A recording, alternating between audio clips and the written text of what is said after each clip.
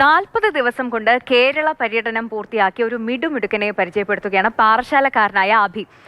ഈ കേരള പര്യടനം നടത്തിയതിൽ എന്താണ് ഇത്ര വലിയ കാര്യമെന്ന് ചോദിച്ചാലുണ്ട്. സൈക്കിളിലാണ് അഭി സഞ്ചരിച്ചത് 40 ദിവസം. ഇനി സൈക്കിളിനും ഒരു പ്രത്യേകതയുണ്ട്. സൈക്കിളിന് 2 ചക്രമില്ല, ഒരൊറ്റ ചക്രം മാത്രമേ ഉള്ളൂ. കണ്ടുവരാം.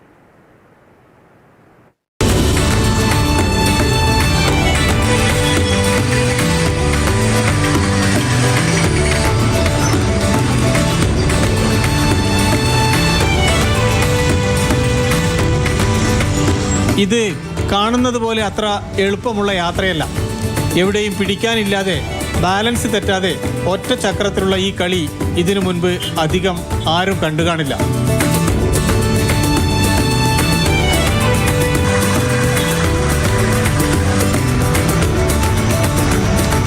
പിടിക്കാൻ ഹാൻഡിലുകളില്ല, ഉള്ളത് ഒറ്റ ചക്രം മാത്രം, ഒരേ ഒരു സീറ്റ്, ഒരു ജോഡി പെഡൽ.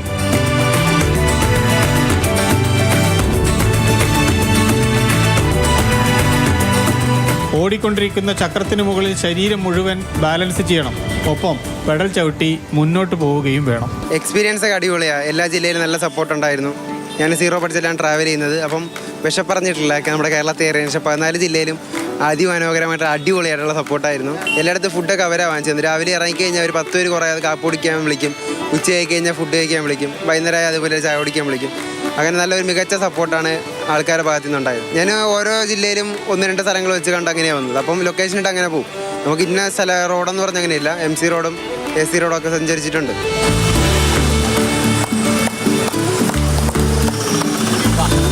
യൂണിസൈക്കിളിൽ 40 ദിവസത്തെ കേരള പര്യടനം പൂർത്തിയാക്കി അഭി കാസർഗോഡ് പിന്നിട്ട് കഴിഞ്ഞു. ഏതാനും വർഷങ്ങൾക്ക് മുൻപ് കണ്ട ഒരു വീഡിയോയിലൂടെയാണ് അഭി ഒറ്റച്ചക്ര സൈക്കിളിനെ കുറിച്ച് മനസ്സിലാക്കുന്നത്.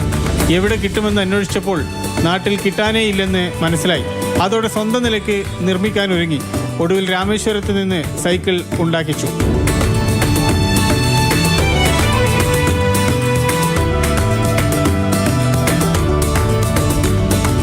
ബിരുദ പഠനത്തിനൊപ്പം ഓട്ടോറിക്ഷ ഓടിച്ചാണ് അഭി തൻ്റെ സ്വപ്നത്തിലേക്ക് എത്തിയത്. ഈ സൈക്കിൾ പരിഷ്കരിച്ച് ഭാരത പര്യടനത്തിന് ഒരുങ്ങുകയാണ് ആൽബർട്ടിൻ്റെയും മഹേശ്വരിയുടെയും മകനായ അഭി.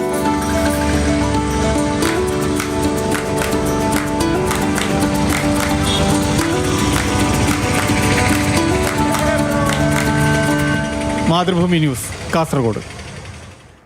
നമുക്ക് കാണുമ്പോൾ വല്ലാത്തൊരു അത്ഭുതം തോന്നുന്നുണ്ടല്ലേ. എങ്ങനെയാണ് ഈ ഒരു ഒറ്റ ചക്രത്തിൽ ഇങ്ങനെ ബാലൻസ് ചെയ്ത്, ഹാൻഡിലുമില്ല, ഇങ്ങനെ ബാലൻസ് ചെയ്ത് സൈക്കിൾ ഇങ്ങനെ ചവിട്ടി പോകുന്നത്. അത് നോക്കൂ, കേരളം മുഴുവൻ സഞ്ചരിച്ച് കാസർഗോഡ് എത്തിയപ്പോഴാണ് നമ്മുടെ റിപ്പോർട്ടർ CK വിജയൻ അഭിയെ കണ്ടത്.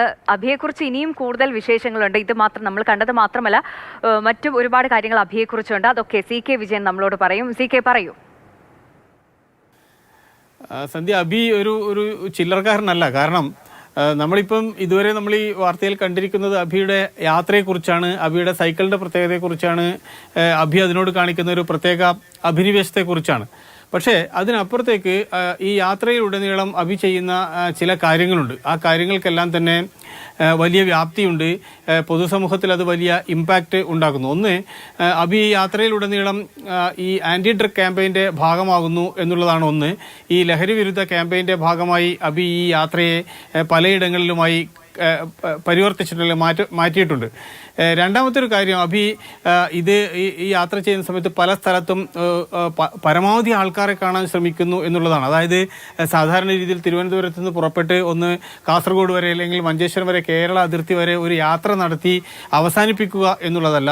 ഈ യാത്രയിൽ എത്തുന്നിടത്തൊക്കെ പരമാവധി ഇൻറ്റീരിയറായ സ്ഥലത്തേക്ക് പോകാനും ഒരുപാട് ആൾക്കാരെ കാണാനും, അതോടൊപ്പം തന്നെ സ്കൂളുകളെ കേന്ദ്രീകരിച്ച് കോണ്ടാക്ട് ഉണ്ടാകുന്നു, സ്കൂളിലെ കുട്ടികളെ കാണുന്നു, അവരോട് സംസാരിക്കുന്നു. അങ്ങനെയൊക്കെ അഭി തൻ്റെ യാത്രയെ ഒരുപാട് വിപുലീകരിക്കുന്നുണ്ട് ഓരോ സ്ഥലത്തെത്തുമ്പോഴും. അങ്ങനെ പലരും കാണുന്നു. അങ്ങനെ ആലപ്പുഴയിൽ എത്തിയപ്പോൾ അവിടുത്തെ MVD കണ്ട ഒരു അനുഭവം, MVD അഭിയോട് വളരെ സൗഹാർദ്ദപരമായി ഇടപെടുന്നു, വലിയ പ്രോത്സാഹനം നൽകുന്നു. അത്തരം കാര്യങ്ങളൊക്കെ ആ അനുഭവം അഭി നമ്മളുമായിട്ട് പങ്കുവെക്കുന്നുണ്ട്. വയനാട്ടിൽ ചെന്ന സമയത്ത് അവിടെ ഒരു ക്യാമ്പ് ഉണ്ടായിരുന്നു. ആ ക്യാമ്പിൽ അഭി പങ്കെടുക്കുന്നു, ആ ക്യാമ്പിൻ്റെ ഭാഗമായി മാറുന്നു. ഇനി അഭിയുടെ താല്പര്യം നമ്മൾ ഈ വാർത്തയിൽ പറഞ്ഞതുപോലെ തന്നെ ഇന്ത്യ മുഴുവൻ കറങ്ങുക എന്നുള്ളതാണ്. അതൊരു നിസ്സാരമായ ഒരു കാര്യമല്ല. നമ്മൾ സത്യത്തിൽ ഈ സൈക്കിൾ നമ്മൾ സാധാരണ കാണാറ് സർക്കസിലൊക്കെയാണ് ഈ ഒറ്റ ടയറുള്ള ഈ ചക്രത്തിലൂടെ ബാലൻസ് ചെയ്ത് പോകുന്നത്. പക്ഷേ ഇതൊരു വലിയ ബാഗുമായി ഇത് ഈ കേരളത്തിന്റെ ഭൂപ്രകൃതി നമുക്കറിയാം, ഒട്ടും സ്മൂത്തായ സ്ഥലങ്ങളല്ല. കയറ്റമുണ്ട്, ഇറക്കമുണ്ട്. ഇങ്ങനെയുള്ള സ്ഥലങ്ങളിലൂടെയൊക്കെയാണ്, പ്രത്യേകിച്ച് വയനാട്ടിലൊക്കെ പോകുന്നു എന്ന് പറയുമ്പോഴേക്കും അതൊരു വലിയ സന്ദേശം കൂടിയാണ്. ഇങ്ങനെയുള്ള സ്ഥലങ്ങളിലൊക്കെ പോയിട്ടാണ് ഈ കേരളത്തിൽ മുഴുവൻ കേരള പര്യടനം എന്ന് തന്നെ നമുക്ക് വിശേഷിപ്പിക്കാം. ആ കേരള പര്യടനം കഴിഞ്ഞപ്പോൾ ഭാരത പര്യടനത്തിലേക്കാണ് അഭി കടക്കാൻ വേണ്ടി പോകുന്നത്. തിരുവനന്തപുരത്തു നിന്നും തുടങ്ങുന്നു. ഇനി പഠിക്കാനുള്ള പണം അഭി കണ്ടെത്തുന്നത് പണിയെടുത്താണ് നമ്മൾ പറഞ്ഞു. അതേപോലെ തന്നെ BBA പരീക്ഷയ്ക്ക് എഴുതി അമ്മയോട് 500 രൂപയും വാങ്ങിയാണ് അഭി ഈ യജ്ഞം തുടങ്ങുന്നത്. ഈ പാറശാല മുതൽ ഈ പറയുന്ന കാസർഗോഡിന്റെ ഈ അറ്റം വരെ അഭി യാത്ര പുറപ്പെടുന്നത്. അതൊക്കെ ഒരു വലിയ നിശ്ചയദാർഢ്യത്തിന്റെയും വലിയ സന്ദേശത്തിന്റെയും ജീവിതം കൊണ്ട് നമുക്ക് ആൾക്കാർക്ക് എന്തൊക്കെ കാണിക്കാൻ വേണ്ടി കഴിയും എന്ന് തീർച്ചയായും എന്തായാലും അഭിയെ പരിചയപ്പെടാൻ കഴിഞ്ഞതിൽ നമുക്ക് എല്ലാവർക്കും സന്തോഷമുണ്ട്.